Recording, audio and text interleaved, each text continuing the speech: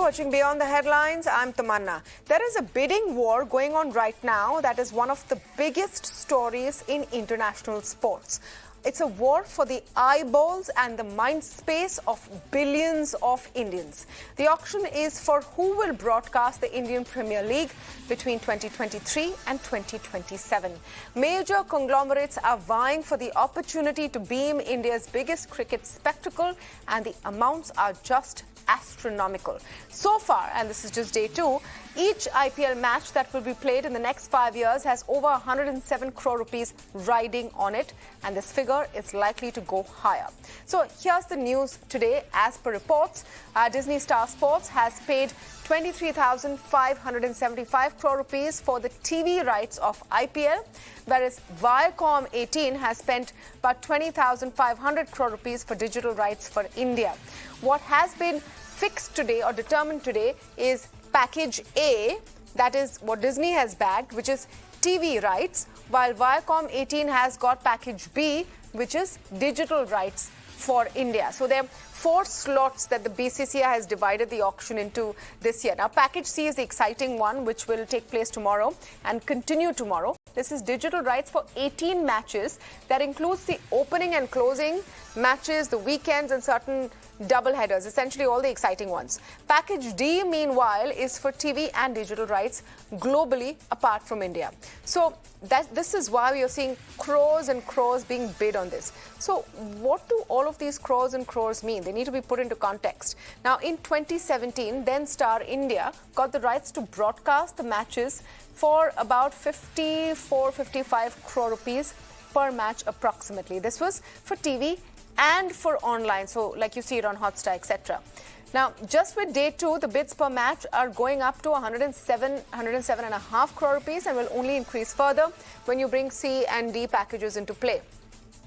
Again, to put into perspective, Star India's 16,000 crore rupee bid in 2017 was considered too high then by the industry, by everyone. They said they're crazy to have bid so much. We've already crossed nearly 45,000 crore rupees in day 2. So what is all of this for? Is it love of cricket?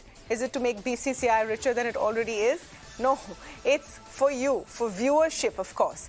And here it's important to take a look at the viewership numbers. So the viewership has gone up from about 411 million in 2017, and it's been around 400 to 300 million through all these years. In 2022, it was 229 million just for the first week.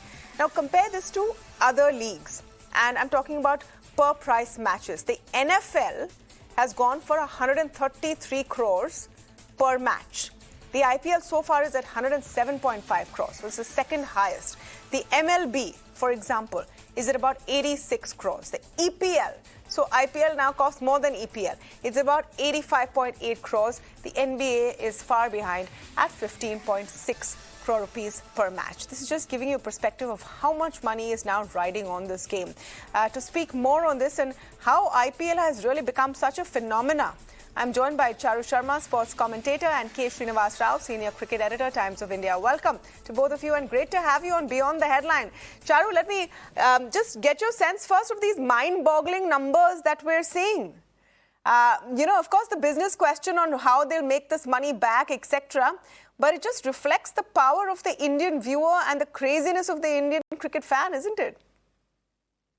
Well, if you see a few bruises here and there and everywhere else, because I fell off the chair a few times when this whole bidding thing is going on. But yeah, it's quite phenomenal. And it's not just India, of course. People are hoping that there'll be a more global phenomena. It isn't quite. But, that's okay too, because you mentioned the NFL, the MLB. They're not exactly global phenomena. They're very single country oriented. So, of course, if cricket's much more India oriented in terms of viewership numbers, in terms of all the commerce, then that's fair enough. I internally wish that it was a major global sport, but maybe someday it will get a little wider.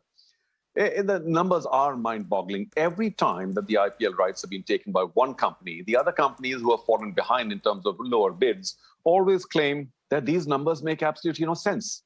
You've crunched the numbers and crushed the numbers, and there's no way this number makes sense. I mean, I remember, to just take you back to the first IPL rights back in 2008, late 2007, early 2008. Sony got them initially for 900 crores or so.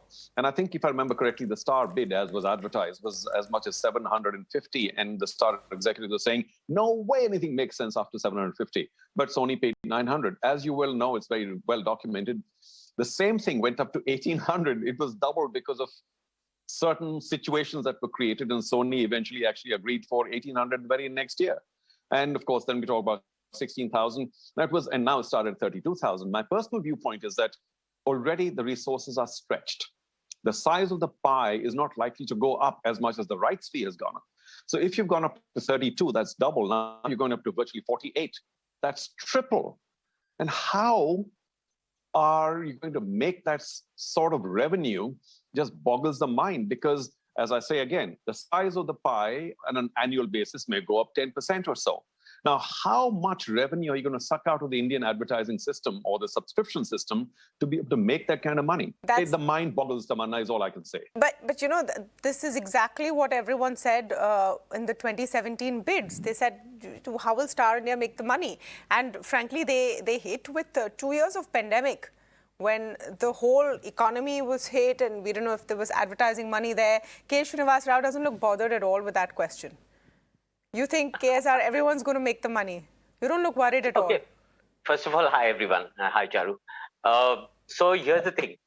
The number that has gone for package A for TV alone, it's a winning number, okay, from a television perspective. Just remember that the traction that y'all are getting is not from viewership alone. So we are looking at it from a viewership perspective. Remember one thing, the matches, number of matches have not just gone up from the previous right cycle, but even this very right cycle, what BCCI had devised earlier in terms of the tender document that they came up with, and the revised one where they increased the number of matches by 40 to 50, you know, that has added to the premium value that the television numbers are attracting.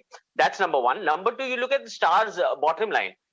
In terms of the 17,000 odd crore that they spent in the last 5 years. It wasn't 347 because the number of matches in the 22 season went up by 14 games. So if you look at the overall revenues, they expenditure, it was touching 17,000 crore.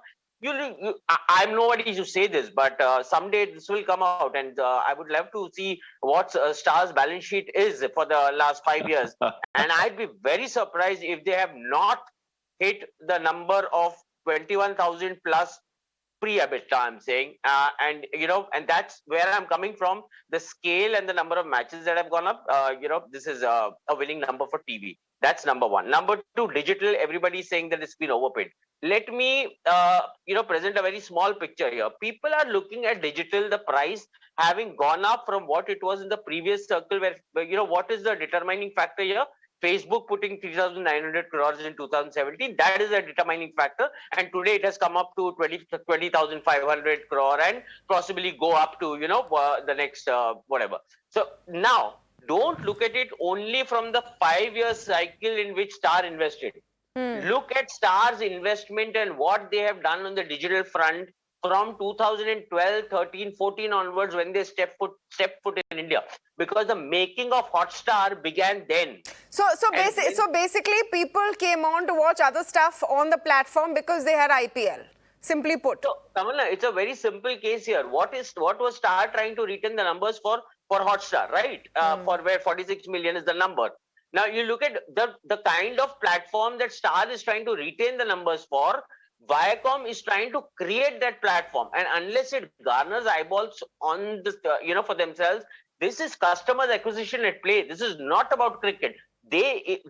Cricket is still, I mean, yeah, it is there on television. Whatever bit it sells on, you know, on the OTT platform that they come up with, and my thinking is that they'll do it on Jio. But whatever their eventual platform is, here is something. This is not about cricket. This is about creating eyeballs for an OTT dream that they are building, for any retail dream that they are building. You don't know what their game plan is. Right now, I wouldn't jump the gun and say that this is overspending. I would rather take the other way out and say that for the kind of expectations that were there in the market, where people said that this would probably go on to beyond $3 billion and everything, I still think that, you know, digital has been bought cheaply. Yeah, because Jeff Bezos pulled out. Jeff Bezos pulled out, Amazon pulled out. Charu, were you surprised with that? The fact that Amazon pulled out, it's made it a sort of, I wouldn't say easier race, but it's taken that edge off, isn't it? Yeah, one wonders why Amazon pulled out, because, I mean, if there was anybody who could beat everybody else in terms of affordability, it's probably Amazon. So that was a bit of a surprise.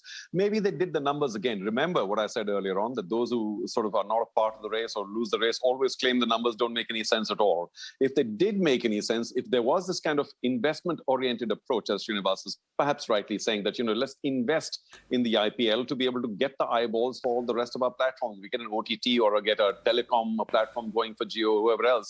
Then obviously an investment has to be made in terms of marketing, in terms of getting the whole, the consumer into your system.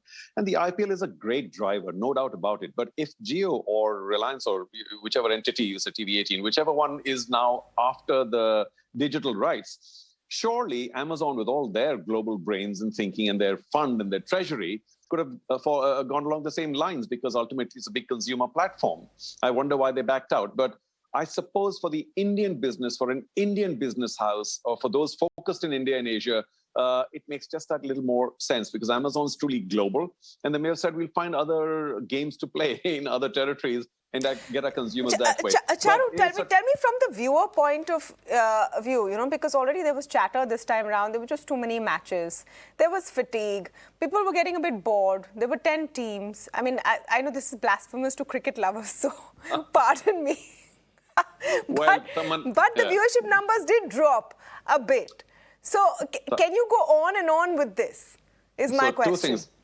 Two things, Tamanna. Now, one, I'm not the judge of this, or I'm not the jury, but I believe the viewership numbers are related to a different set of metrics for judging the ratings. I think the free-to-air was taken away. So the viewership numbers are less for just about every sporting property because of a certain realignment of the metrics. So let's put that aside. Of course, it was a warning signal for all those who wanted to bid for these 5-year rights, saying, oh my God, if it's really dipping, then should we bid that much at all? But I think people have understood that, it's still the single biggest property, and the reduction of the ratings was more to do with technicalities, should we say. Secondly, we've got to admit that it's a big driver. I mean, the IPL is the biggest driver of any channel, whether it's a digital channel or a television channel, and you want that driver with you, because in the absence of that, it's difficult to garner regular viewers. Now, you might say it's only 2 months. You talked about fatigue and so on and so forth. But to my mind, I've always said this, I'll say it again, that the only true metrics for whether the IPL has the same amount of charisma or draw or power or attraction or whatever is the amount of commerce going into it. Once that reduces, we can say, yeah, well, maybe the IPL is sort of, wobbling a bit. But if the money keeps pouring in, I think the BCCI, cricketers, the world of cricket, whoever will say, we don't care whether the ratings have gone down by 200 billion% or what, but the money is coming in, and it's coming in, fast and furious. So only when the commercial entities stop putting money into cricket, well, I mean, forget stop, but if they reduce the amount of money put into cricket, can we then presume, yeah, well, maybe there's a, bit of a problem here. But if the money keeps coming in, who's bothered about the ratings? Yeah. Now, let me talk about tomorrow, because that's when the bids come in for digital rights of those 18 matches. KSR, why is that an exciting day, and why is that important? Will that really be the big fight? Because these are the 18 exciting ones, right? The interesting ones, which even the hardcore cricket lovers and IPL lovers might tune into. Yeah, these are the these 18 matches include the 4 playoffs, including the final, and the evening matches on the days of the double header. So obviously these are very interesting matches. They've been priced very nicely, like kind of very economically they've been priced and very attractive. They look at 16 crore per game. And here is the thing, that every player who's there in the market already has something from a digital perspective at play. So everybody here would have a different mindset in terms of, whether we can walk away with it at this price and then again, unlock it, put it on the ads, not put it behind the paywall, put it free on air. If we can club it with this, club it with that, all of that must be going through the minds of these bidders. But while all of these people will be making their plans in how to approach these set of 18 matches, or rather 98 matches across 5 years, every single thought will be adding to the headache of Viacom. Because Viacom is already sitting with the exclusive set of package B, and this non-exclusive set is something that they need to get. Because I've been always saying that the company that bids for package B has no choice but to go for C because exclusivity is the game here. So, whatever anybody is thinking right now, whatever ideas they're coming up with, they'll only give Viacom a bigger headache here. And yeah, I'd like to, as I said, make a, make a prediction here. Come what may, Viacom is going to take this, whatever premium they have to pay. But how will they Exclusivity do matters. it? Isn't it like a closed bid, or is it like an open bid where one can beat the other? How will they go come what may, KSR? So this is an e-auction that is going on in the same process. Okay. It's the same e-auction that's going on. Yeah. So they will do whatever it takes to get it. But then, let's look at the media houses, Charu. Who are the winners? Who are the losers? Sony desperately needed this. The Sony Z merger is also taking place. Sony needed this to stay relevant. Do you think that for Disney Plus or Disney Star, it's a huge loss not to get digital rights because they have this Hotstar platform now without the IPL on it? Well, it's one merry mess, isn't it? Sorry, it's one merry mess, isn't it? Because whoever doesn't get the rights, trust me, is going to say tomorrow or day after that, well, yeah, we went till where the numbers made sense. They don't make any sense, and we're glad we didn't get it because at this rate, it's not going to happen. So we'll get these kind of messages from all those who didn't quite make it. About the category C or these special matches, it's a funny kind of category because you say maybe the opening match, maybe the playoffs and the final. One of the matches are okay, but all the ones in the middle, who's to decide what is a superior match? You might say CSK or MI is a superior match. Were they? They lost everything this year. So it's a very dicey category. And I think it really shouldn't have been there at all because it's meant for some kind of a globalization in that some other company will take those rights and try and spread it to other parts of the world. But yeah, I mean, Srinivas may be right in that you don't want your own digital rights diluted with even these 16 matches because it becomes a bit of a cannibalization or whatever. Other people are going to eat into the revenue of that match. But maybe some other entity might also get it because if Jio or TV18 or Reliance are smart, they say, well, once we build our platform, we'll be solid. These 16 guys come and go. And, it's not quite as firm and reliable a platform as ours when we're offering everything. Mind you, the number of matches, maybe that's your next question, so maybe I shouldn't, preempt that. But the IPL is finite. It's not going to grow anymore because of the whole international window. It's only a T20 domestic Indian tournament. Other nations would love to play in it, but they can't create it as a window. So other nations will continue to play their future tours program, their own tours, their own bilateral tours. There'll be World Cups, whatever else. And this window of 2 months cannot be exceeded. So it's mind-boggling that the value of just the same window continues to rise exponentially. I mean, it's just... Actually, my next question, Charu, was on what is the big takeaway from what we're seeing? If I want to understand the big picture here, how IPL has grown phenomenally from strength to strength, but has it, as an effect of this, become, you think, over-commercialized? And what should BCCI do with all of this massive amounts of money they're getting to make sure they do something for the game? At the end of it, IPL's noble message was that you will increase bench strength, you will give an opportunity to all of the budding cricketing talent across the country, and they have done that. But a lot more that they can do now with this money muscle?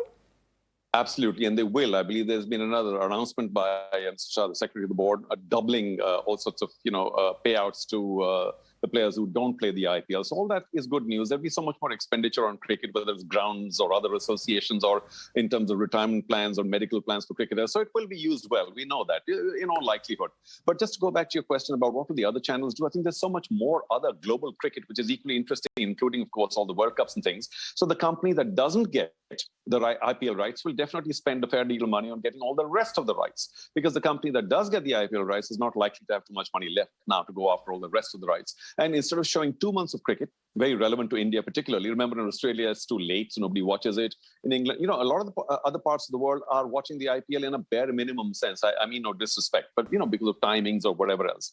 The other companies will pick up all the rest of the rights and probably show cricket for 11 months of the year or so. So it's not all is not lost for the others.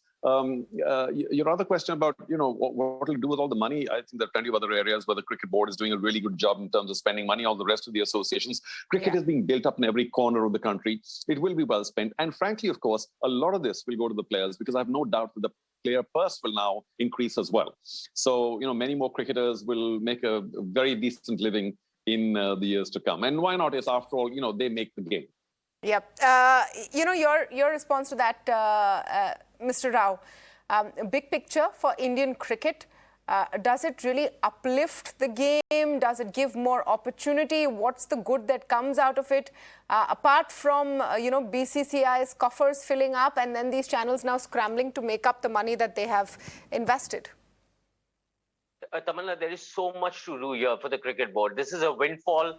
50% of whatever this revenue is, it will go to BCCI over a period of 5 years. Sky's the limit in terms of what they want to do. So I was having a chat with, the officials of the BCCI just a couple of days ago, and this is one of the subjects that we were discussing. And they do have some very, very good plans in place where, the massive National Cricket Academy infrastructure that they're coming up with Bangalore, they have some really big plans going forward in terms of, coming up with good infrastructure in the Northeast where, cricket has just gone over the last 4 to 5 years.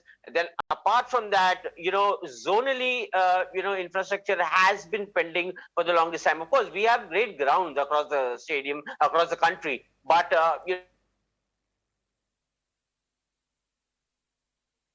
that needs to be done.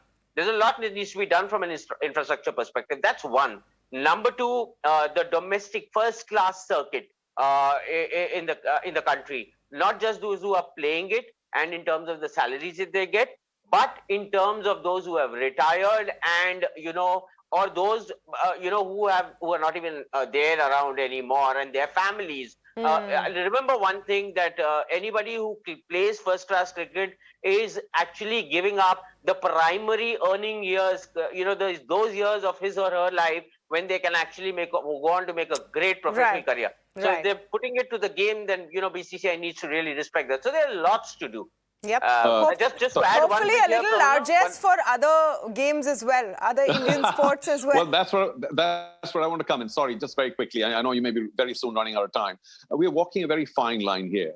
Cricket was already this giant banyan tree under which almost nothing was growing.